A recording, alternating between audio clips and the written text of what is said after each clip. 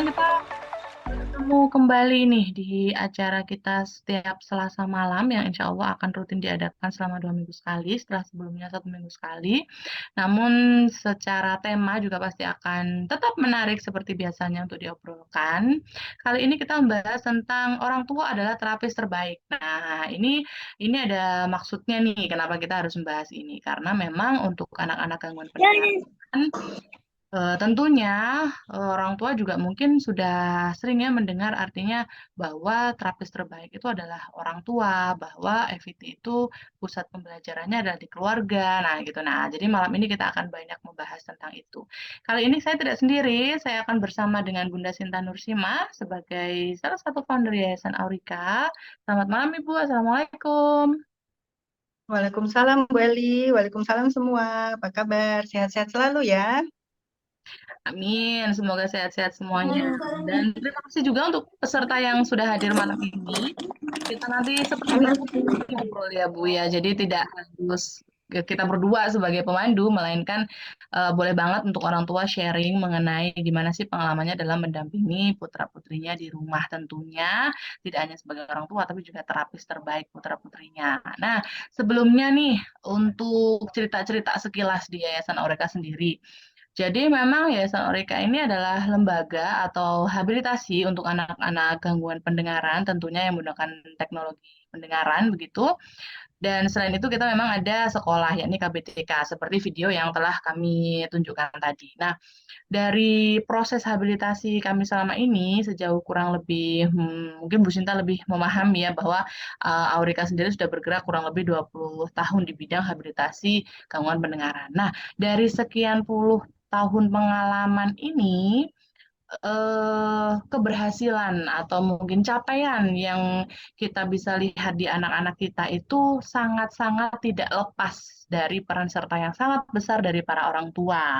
Tentunya tidak hanya mama, tapi juga papa atau keluarga yang lain yang di situ sangat terlibat dalam intervensi anak-anak. Nah, sebaliknya kalau cuman terapis aja nih, kita sadari sama-sama bahwa terapis itu ketemunya paling nggak seminggu 1 kali.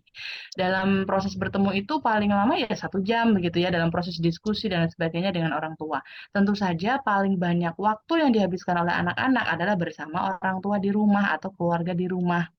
Nah, jadi cerita yang kami ingin sajikan hari ini adalah bahwa pengalaman-pengalaman tersebut menunjukkan anak-anak yang menunjukkan hasil atau capaian yang cukup berhasil dalam arti sesuai dengan goals FET sendiri bahwa anak-anak itu bisa berkomunikasi secara verbal, kemudian berinteraksi secara sosial yang jauh lebih luas dengan teman-teman sebaya, dengan orang-orang dewasa di sekitarnya.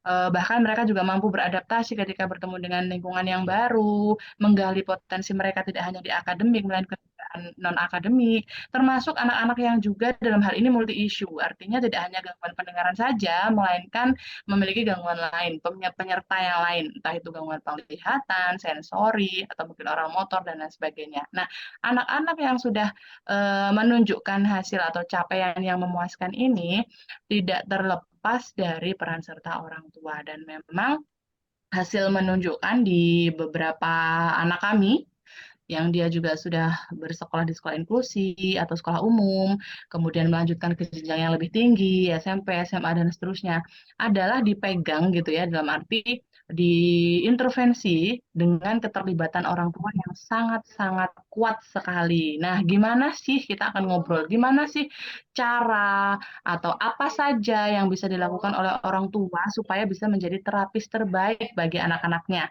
Karena kami sendiri sebagai terapis hanya memandu, kemudian berdiskusi, memberikan contoh itu saja. Sedangkan orang tua di rumah sebagai pihak yang mengimplementasikan, mempraktekkan langsung 24 jam ya, artinya selama anak itu di rumah itu adalah orang tua. Nah, sehingga gimana sih caranya, tahapnya, langkah-langkahnya, atau mungkin tips. Nah, kita akan ngobrolin itu malam ini. Nah, sekarang kita ngobrol langsung yuk dengan Bu Sinta yang pastinya secara pengalaman jauh lebih banyak dari saya. Nanti silakan bercerita Ibu tentang pengalamannya di Yayasan Aurika atau mungkin ketika eh, ke luar Jawa, mungkin dia bertemu dengan para orang tua sendiri yang kita nggak pernah ketemu langsung, tapi dalam jarak jauh pun, walaupun kita pandu secara online pun, itu ternyata bisa menjadi terapis terbaik. Silakan Ibu. Iya, terima kasih Bu Eli. Halo semua ya, mama-mama, papa atau siapapun yang hadir di sini. Saya tuh selalu seneng gitu ya setiap kali ngobrol dengan orang tua dimanapun, baik online maupun offline. Pada saat saya di Surabaya atau saya harus ke tempat-tempat tertentu, ke kota-kota tertentu gitu ya, saya selalu seneng gitu. Karena saya itu tadi seperti yang dibilang oleh Bu Eli bahwa orang tua itu adalah sebetulnya kunci ya, kunci keberhasilan dari anak-anak kita gitu. Dan sebenarnya kalau habilitasi, apapun itu ya habilitasinya, saya yakin memang orang tua itu adalah kunci ya, kunci dari keberhasilan anak. Apalagi kalau FET, FET itu memang basicnya itu adalah habilitasi keluarga gitu kan ya Bu Eli ya. Nah jadi eh, mau nggak mau orang tua itu memegang peran yang sangat penting. Jangankan di rumah gitu ya, di tempat terapi itu kita sebagai terapi itu akan sangat kebingungan kalau orang tua tidak hadir menemani kita. Terutama untuk anak-anak yang baru belajar, yang bahasanya masih terbatas, atau yang bahasanya masih minimal, atau yang sama sekali dia belum verbal gitu, itu kita akan sangat kebingungan gitu kalau orang tuanya tidak berperan aktif. Karena misalnya anak ini belum belum ngomong gitu ya, belum berbahasa yang cukup. Kita tidak bisa menerjemahkan ekspresi muka atau gestur atau apapun yang ditampilkan oleh anak gitu ya. Kita akan meraba-raba gitu. Tapi begitu orang tua bilang ini maksudnya ini loh. Oh, kita langsung langsung akan mencatat gitu ya. Ini kalau dia begini ini maksudnya ini ya.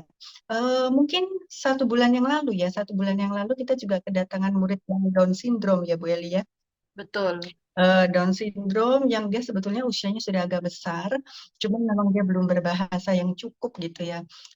Senangnya karena orang tua ini sangat sangat aktif mendampingi anak sehingga apapun yang dilakukan oleh anak tuh dia bisa menerjemahkan.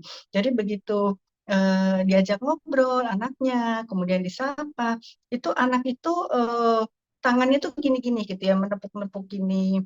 Terus ibunya bilang, oh kalau itu artinya dia lagi seneng nih, Ibu Sinta, dia lagi seneng. Nah saya kan jadi tahu, oh itu maksudnya dia lagi seneng gitu. Terus kalau ditanya, kadang dia bisa, kadang dia masih butuh waktu untuk berpikir. Begitu kita sodorkan misalnya ada sebuah permainan, kamu mau main yang mana gitu. Dia melirik ke salah satu mainan, saya pikir dia tertarik di situ. Sambil tangannya itu tuh gini-gini. Kalau tadi nepuk-nepuk, sekarang tangan itu dia kayak meremas-remas gini. Terus ibunya bilang, Bu Sinta, kalau dia tangannya gitu, itu artinya dia nggak mau dengan apa yang kita kita sodorkan ke dia gitu. Nah, kebayangkan kalau orang tua itu tidak hadir gitu. Kita nggak ngerti dan memang ternyata kita sempat sebentar orang tuanya itu keluar gitu dari ruangan sebentar cuma beberapa menit sehingga di ruangan itu cuma ada terapis, ada saya gitu ya, ada siapa namanya anak ini itu kita kehilangan arah gitu ya, ini anak ini maunya apa, kita nggak paham, dia tetap tetap enjoy di ruangan situ, dia tetap seneng, ini adalah hari pertemuan dia yang pertama gitu ya, dia datang. Tapi kemudian instruksi yang kita berikan itu tidak semuanya bisa dipahami oleh anak, kita yakin, dan apa yang dia sampaikan ke kita juga nggak paham gitu. Jadi kita benar-benar kayak kayak lost kontak gitu ya, meskipun anak ini ada di hadapan kita gitu. Untungnya kan nggak lama nih, begitu orang tuanya masuk lagi, kita orang tuanya yang menerjemahkan semua. Nah, untuk anak-anak yang memang dia verbalnya masih terbatas, masih kata-kata yang dia kuasai hanya sangat sedikit gitu ya, betul-betul kita butuh kehadiran orang tua. Sementara ada juga orang yang berpikir bahwa, oh kalau ada orang tua nanti kan terdistrak gitu ya, konsentrasi anak jadi nggak fokus gitu, atau anak jadi bermanja-manja gitu, dia nggak mau ngikutin apa yang dibilang sama terapis gitu ya. Mungkin, iya mungkin. Tetapi justru disitulah orang tua akhirnya belajar, kita sama-sama belajar. Saya belajar, orang tua belajar, anak belajar, sehingga akhirnya kita semua sama-sama tahu, oh seperti ini. Dan yang lebih penting orang tua jadi semakin tahu, semakin terampil gitu ya. karena dia selalu ada di dalam setiap sesi terapi. Mungkin untuk anak-anak yang dia ada masalah di perilaku gitu ya, problem behavior yang biasa dia lekat sama orang tua dan orang tua memanjakan secara dalam tanda petik negatif gitu ya. Mungkin awal-awalnya kehadiran orang tua memang akan membuat proses belajar itu tidak mulus. Tapi nggak apa-apa, karena kan belajar itu bukan hanya belajar bahasa ya. Belajar itu banyak. Dan justru orang tua juga akan belajar bagaimana menghandle anak yang dia eh, sedang tidak mau atau menghandle anak yang misbehave gitu kalau kita bilang ya, yang perilakunya belum tertata itu kan justru adalah itu penting gitu ya. Kalau perilaku belum terbentuk gimana orang tua bisa mengajarkan anak dengan baik gitu ya. Kalau anak belum punya perilaku belajar yang baik, bagaimana informasi yang disampaikan itu akan masuk ke dalam anak gitu. Jadi sebetulnya memang kunci utama adalah orang tua. Jadi saya sangat setuju dan sampai sekarang pun saya masih berkeyakinan bahwa orang tua itu adalah terapis terbaik bagi anaknya. Itu Bu Eli. Oke, Bu Sinta. Nah, ini sama juga sih pengalaman juga ya, Bu Sinta. Tidak hanya saya juga, mungkin kalau misalkan Bu Iva hadir di sini, mungkin juga Bu Iva bercerita. Jadi apa namanya keberadaan orang tua di ruang terapi itu benar-benar memberikan feedback yang luar biasa. Kita bisa apa namanya sharing begitu ya. Misalkan seperti cerita Bu Sinta tadi, ada hal-hal yang terapis tuh kadang nggak ngerti tentang bahasa tubuh anak. Ini anak ngapain sih sebenarnya gitu ya karena tingkahnya kan lucu ya artinya kalau misalkan dia udah lihat ke atas kemudian tangannya gerak-gerak itu biasanya orang tua bilang oh ini berarti dia udah bosen Bu Eli dia udah minta ganti peraga misalkan kayak gitu kemudian pun sebaliknya kadang terapis juga misalkan ada hal-hal yang orang tua tanya oh, Bu Eli biasanya kalau dia lagi bad mood kayak gini tuh enaknya diapain sih? Atau kadang kalau misalkan dia nangis, padahal saya tahu nangisnya itu cuman nangis yang manipulatif gitu. Artinya sebenarnya dia tuh nggak lagi sedih, nggak lagi juga kecapean, nggak lagi juga apa ya. Intinya dia lagi nggak pengen aja duduk untuk dengerin saya tuh gimana sih? Nah, misalkan kayak gitu. Jadi kita sambil sambil saling sharing sih sebenarnya Bu Sinta. Artinya informasi dari orang tua tuh penting banget untuk terapis ketahui untuk mempertimbangkan teknik, kemudian peraga yang sesuai minat anak, kemudian hal-hal lain terkait target itu juga sangat membantu sekali ketika orang tua tuh hadir. Nah, sebaliknya juga seperti itu. Eh, orang tua kadang kala 24 jam selama 7 hari di rumah itu kan kadang waduh nih ngapain lagi nih misalkan gitu. Nah, sehingga cara-cara yang biasanya kita sharingkan, oh digini kan mah, oh digini kan mah, itu biasanya cukup membantu. Cuman sekali lagi nih Bu Sinta, kadang terapis itu kan dalam arti menjelaskannya secara verbal, artinya tidak sepenuhnya bisa mencontohkan. Apalagi ketika di WA. Bu Ena diapain? Oh coba diginikan mah, kemudian gini, lalu nanti kalau setelah ini begini, kemudian begini. Nah, itu kan kita kita sudah mencoba jelasin nih sedemikian rupa, seteknis mungkin. Tapi yang implementatornya atau yang melaksanakan di rumah itu kan orang tua, sehingga benar-benar orang tua itu menurut saya amazing sih dalam memahami. Oh ini maksudnya gini, berarti caranya gini. Jadi memang kuncinya orang tua balik lagi ke orang tua, terutama ide-ide di rumah ya Bu Sinta ketika berkreasi ngapain ngapain ngapain sampai saya pernah ingat banget orang tua yang udah gemes gitu kadang saya masukin keranjang saya ajak main boleh dia saya masukin keranjang biasanya tempat baju saya ajak main saya ajak ngobrol di situ karena dia umek kayak gitu-gitu kadang seperti itu diceritain itu orang tua pasti karena kan kita kadang nggak ngepikirin itu gitu ya Bu ya. Iya, iya betul Bu Eli. Jadi sekarang kalau tadi Bu Eli tanya ya sebetulnya apa sih syaratnya ya supaya orang tua itu bisa menjadi orang tua menjadi terapis yang terbaik buat anak itu. Kalau menurut saya syaratnya sih yang terpenting itu dua ya. Yang pertama adalah komitmen itu dulu. Jadi orang tua ini komitmen bahwa apa yang akan diberikan oleh terapis, diarahkan oleh terapis itu akan didiskusikan gitu ya, sampai benar-benar ketemu pola yang cocok antara orang tua ini benar-benar paham gitu kemudian dia komitmen untuk melakukan. Nah, itu yang pertama, komitmen. Yang kedua, tentu saja orang tua yang terampil. Nah, terampil di sini akhirnya menjadi kata kunci yang kedua gitu ya. Terampil apa? Ya terampil. Jadi dia bukan sekedar tahu gitu, bukan sekedar tahu apa yang harus dia lakukan, tetapi dia juga terampil untuk menerapkan. Jadi bukan cuma pengetahuan yang masuk gitu ya, tapi dia akhirnya terampil untuk mengimplementasikan atau menerapkan. Nah, terampil ini atau mengedukasi orang tua ini dimulai sejak awal-awal sekali ya, awal-awal sesi itu datang. Jadi dan sebagai orang tua gitu ya, memang kita tuh harus, saya di sini ngobrol sekarang sebagai orang tua nih, memang kita tuh harus harus benar-benar tahu sebetulnya apa yang mau kita capai. Sebetulnya apa sih keinginan orang tua itu kan beda-beda. Tiap orang punya goals-nya masing-masing. Tiap orang punya keinginannya masing-masing. Jadi orang tua ini pertama sekali yang harus dilakukan adalah dia harus tahu betul kondisi anaknya. Jadi, oh anak saya ternyata seperti ini, anak saya ternyata seperti itu, dia benar-benar harus tahu. Terus cara taunya gimana? Bisa dengan ngobrol dengan profesional, bisa dia baca buku, bisa dia ikut-ikut seminar, webinar, dan lain-lain. Nah, banyak juga yang harus dilakukan dan dia bisa masuk di dalam komunitas gitu ya. Tetapi yang pertama sekali diketahui orang tua, yang pertama kali harus diketahui orang tua adalah dia tahu dulu nih kondisi anaknya. Begitu dia tahu kondisi anaknya, oh ternyata anak saya seperti ini, dia butuh intervensi. Intervensi itu banyak ragamnya. Misalnya anak yang tunarungu ya atau anak yang gangguan pendengaran itu pun intervensinya banyak kan metodenya. Mulai dari FET, kemudian auditory training, kemudian visual dan banyak sekali ya, banyak sekali metode.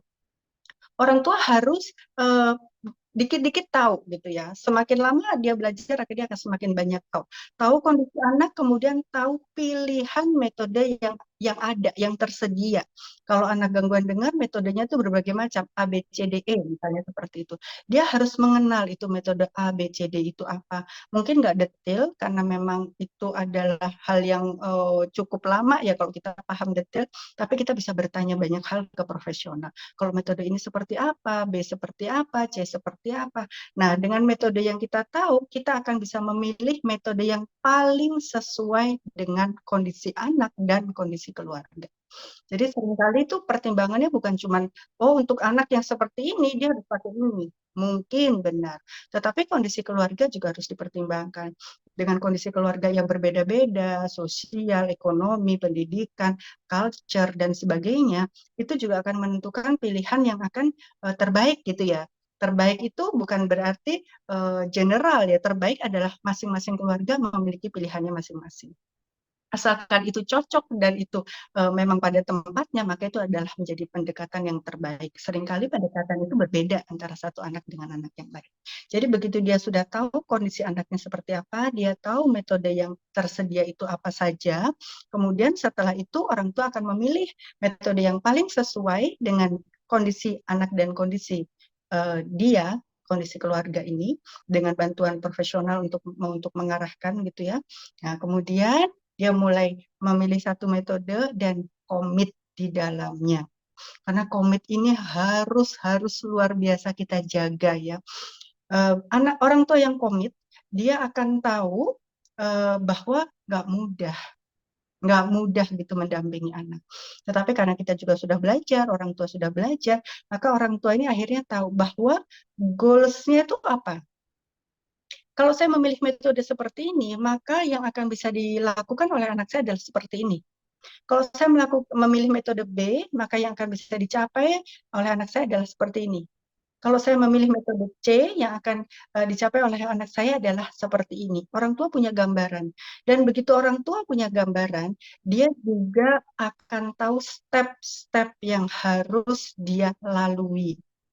Dan itu tidak mudah. Misalnya nih, kalau kita ngobrolin tentang habilitasi mendengar ya, pertama-tama anak itu nggak dengar, kemudian dia pakaikan alat bantu dengar, kemudian dia harus belajar mendengar, itu nggak mudah bagi semuanya, bagi anak dan bagi orang tua yang melatihnya, gitu nggak mudah untuk memasangkan alat bantu dengar, anak kemudian nyaman memakai, itu tidak mudah. Tetapi kalau orang tua tahu goals-nya, tahu tujuannya, bahwa dia harus pakai karena ini, karena ini, karena itu, orang tua ini lebih kuat gitu ya. Dan begitu dia tahu step yang harus dilalui oleh anak, misalnya anak pertama mungkin menolak, nggak mau pakai karena nggak nyaman kan. Tadinya telinga nggak dikasih apa-apa, taunya telinga ini mungkin dikasih air mode yang nggak nyaman juga dia rasakan. Dan apapun itu yang dirasakan oleh anak, dia harus adaptasi. Mungkin anak menolak gitu. Tapi orang tua tahu bahwa stepnya memang seperti ini. Pada awalnya anak memang mungkin akan menolak, nggak semua terima gitu ya. Tapi dia tahu dengan pembiasaan, dengan ini dan itu dan lain sebagainya, akhirnya orang tua akan melihat step per step dia tahu bayangan di depan dan itulah yang membuat dia bisa berkomitmen. Kalau kita tidak tahu apa-apa, kayak misalnya saya gitu disuruh menuju ke sebuah tujuan, saya tidak tahu halangan yang akan saya lalui, begitu saya melangkah ada halangan pertama, mungkin saya masih kuat. Saya melangkah lagi ada halangan kedua, saya masih kuat. Begitu ada halangan lagi, halangan lagi, halangan lagi, mungkin mental saya akan jatuh. Dan mungkin saya semakin jatuh, dan akhirnya saya menyerah. Tapi kalau saya tahu bayangan yang di depan, saya tahu goals yang akan saya capai, saya tahu stepnya yang harus dilalui memang seperti ini, itu saya lebih bisa untuk bertahan. Jadi orang tua itu komitmen dulu, kemudian dia tahu dulu ya, tahu dulu, dapat pengetahuan dulu, dan dia sehingga bisa meningkatkan keterampilan. Itu hubungannya saling berkaitan. Kalau orang tua yang lebih paham, dia akan lebih komitmen, dan orang tua yang komitmen, dia juga akan lebih banyak belajar. Jadi itu saling saling apa ya, saling berpengaruh ya, komitmen dan keterampilan dan ilmu yang dimiliki oleh orang tua. Tapi itu memang harus kita punyai gitu ya. Begitu Bu Eli. Untuk menjawab syaratnya gimana? Ya itu tadi. Orang tua harus Oke. terampil dan harus komitmen. Terima kasih Bu Sinta. Dua hal, dua kunci ini yang kita pegang betul-betul, komitmen dan keterampilan. Nah, bicara soal keterampilan nih Bu Sinta, kan tadi kita bahas tuh cukup banyak ya keterampilannya. Artinya terkait FIT sendiri, berarti kita harus mengetahui tentang teknologi yang digunakan oleh anak, kemudian tentang target-target pada anak kita sendiri, kemudian apa sih yang paling realistis yang bisa dicapai oleh anak, potensi yang bisa digali oleh anak. Nah, kemudian keterampilan-keterampilan tentang teknik FET itu sendiri. Nah, di samping itu pasti kita juga pernah nih ngadepin anak-anak yang moodnya naik turun. Sehingga kita pasti tidak hanya berbicara tentang terampil melakukan teknik FET, melainkan juga terampil menghandle. Karena tadi ada banyak kasus juga anak-anak tuh pinter banget. Gimana dia misalkan tiba-tiba nangis atau mungkin alasannya bermacam-macam, pengen pipis lah, pengen minum lah, padahal kita tahu ini minum udah habis berapa botol masih minta minum lagi, misalkan gitu ya. Artinya anak-anak kita ini anak-anak yang pinter, bisa membaca situasi dan lain-lain, sehingga orang tua juga perlu terampil untuk bagaimana menghandle anak. Nah, keterampilan ini kan banyak banget Bu Sinta. Gimana sih sebagai orang tua, mungkin Bu Sinta juga mengalami sendiri dinamika sebagai orang tua juga. Nah, mendapatkan keterampilan yang sedemikian rupa ini gimana sih caranya gitu? Hmm. Iya, yang pertama pasti kita ngobrol nih dengan profesional gitu ya. Jadi jangan pernah merasa sungkan untuk banyak bertanya gitu ke profesional, misalnya ke dokter atau ke terapis yang menangani anak kita, ke audiologis dan lain-lain dan semua profesional yang terkait itu kita jangan pernah merasa sungkan kalau kita terlalu banyak tanya ya, karena memang kita harus banyak tanya gitu supaya kita tahu. Pertama kali dulu anak saya didiagnosa gitu ya, kemudian saya juga bingung harus bagaimana, saya bertanya ke profesional, lama-lama saya sungkan sebetulnya, mau nanya lagi ya, terus mau nanya lagi ya, terus tanya lagi ya kan gitu ya, lama ada rasa nggak enak, masa tanya terus gitu. Tapi kemudian guru saya ya, supervisor saya dia bilang, Sinta, kalau kamu menjadi orang tua, urat malumu harus putus. Dia bilang gitu. Ada hal-hal tertentu yang membuat urat malu kita tuh harus putus. Jangan pernah berhenti bertanya kalau kamu memang nggak tahu. Jangan pernah berhenti belajar kalau kamu memang nggak tahu. Dan pada saatnya nanti kamu harus praktek gitu, membahasakan semuanya. Jangan terus karena dilihatin orang-orang gitu ya, ngeliatin misalnya lagi ke toko gitu beli ini kita membahasakan. Mungkin ada orang yang ngeliat ini ibu-ibu ngapain ngomong terus misalnya seperti itu. Jangan malu karena memang seperti itu gitu ya. Kalau bukan kita yang membantu anak kita, siapa lagi? Kalau kita tidak tahu tentang anak kita, itu siapa lagi yang akan bisa membantu dia? Kalau kita tidak tahu tentang bagaimana menerapkan teknik itu di rumah, siapa lagi? Padahal yang kita pelajari kan banyak. Jadi kalau saya dulu memang saya banyak sekali bertanya ke profesional, kemudian saya buka-buka buku, kalau ada buku yang bisa dibuka gitu ya, ada seminar yang bisa didatangi, saya akan datang seminar, ada pelatihan-pelatihan yang bisa saya ikuti, saya akan datang, dan kita masuk di dalam sebuah komunitas. Komunitas ini luar biasa powerful ya untuk para orang tua. Karena apa? Karena di dalam komunitas kita berkumpul bersama, saling memotivasi, saling belajar. Kita sebagai orang tua juga punya banyak sekali persoalan gitu ya, bukan cuma mikirin anak gitu ya. Banyak hal yang harus kita pikirkan. Di komunitas itu kita bisa saling menguatkan, saling memotivasi, saling berbagi tips yang mungkin tidak diajarkan oleh terapis. Misalnya terapisnya bilang, ajarin ini ya, ajarin itu ya. Sudah saya ajarin, nggak bisa ini. Terus terapisnya bilang, coba dengan teknik ini, coba dengan teknik itu. Sudah dicoba, tetap nggak bisa gitu. Dan dengan di komunitas, orang tua bisa berbagi, bisa sharing. Saya dulu juga nggak bisa, terus saya giniin, saya gituin, dan akhirnya bisa. Oh gitu ya, oh kalau saya begini caranya, kalau saya begitu caranya. Nah, dengan berkumpul ini, dengan komunitas-komunitas yang mendukung anak kita, maka kita akan lebih bisa berjalan itu lebih lebih lebih apa ya, lebih nyaman enggak ya, karena banyak banyak yang harus kita lakukan ya, mungkin lebih apa ya, lebih tenang, kita bisa lebih tenang gitu karena kita disupport oleh banyak hal. Dan keterampilan itu tadi memang banyak Bu Eli, keterampilan untuk memahami, untuk menerapkan, dan satu lagi keterampilan manajemen stres. Orang tua butuh untuk dia bisa mengelola emosinya, stresnya gitu ke arah-arah yang positif. Bagaimanapun juga kita dipapar oleh banyak hal yang membuat kita bisa sewaktu-waktu ini nggak kuat gitu ya. Kondisi anak, mungkin kondisi keuangan karena harus terapis dan lain sebagainya. Kondisi alat loh baru beli kok sudah rusak atau sudah harus ini, harus itu, harus ganti spare part dan lain-lain. Oh ternyata harus fitting, oh ternyata harus mapping dan lain-lain. Banyak hal-hal baru yang mendera kita, membombardir kita ya, sehingga kita memang butuh ditopang gitu ya. Dan kita juga harus bisa mengendalikan stres kita. Jangan lupa sebanyak apapun perhatian kita ke anak, kita harus juga memperhatikan diri kita.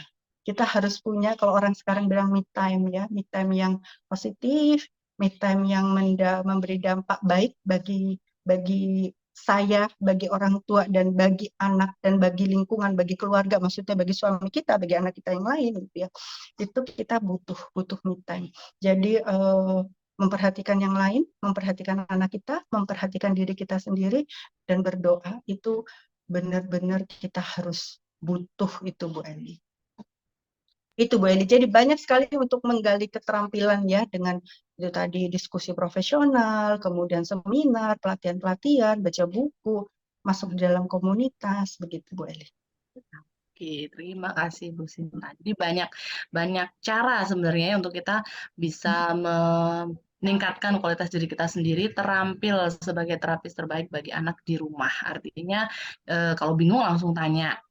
Kalau misalkan di ruang terapi, kalau bisa tanya yang banyak. Artinya ada juga yang murid itu bermacam-macam. Ada dalam satu sesi itu Bu Sinta saya ingat banget beberapa kali contoh, oke. Kemudian yang banyak tuh ngobrolnya, artinya, oh berarti nanti diginikan ya, Bu. Dia tuh biasanya gini, berarti diginikan ya. Kenapa sih kok harus pakai itu? Kalau saya pakai ini boleh nggak? Oh nggak boleh. Kenapa kira-kira kok nggak boleh? Oh berarti yang boleh apa?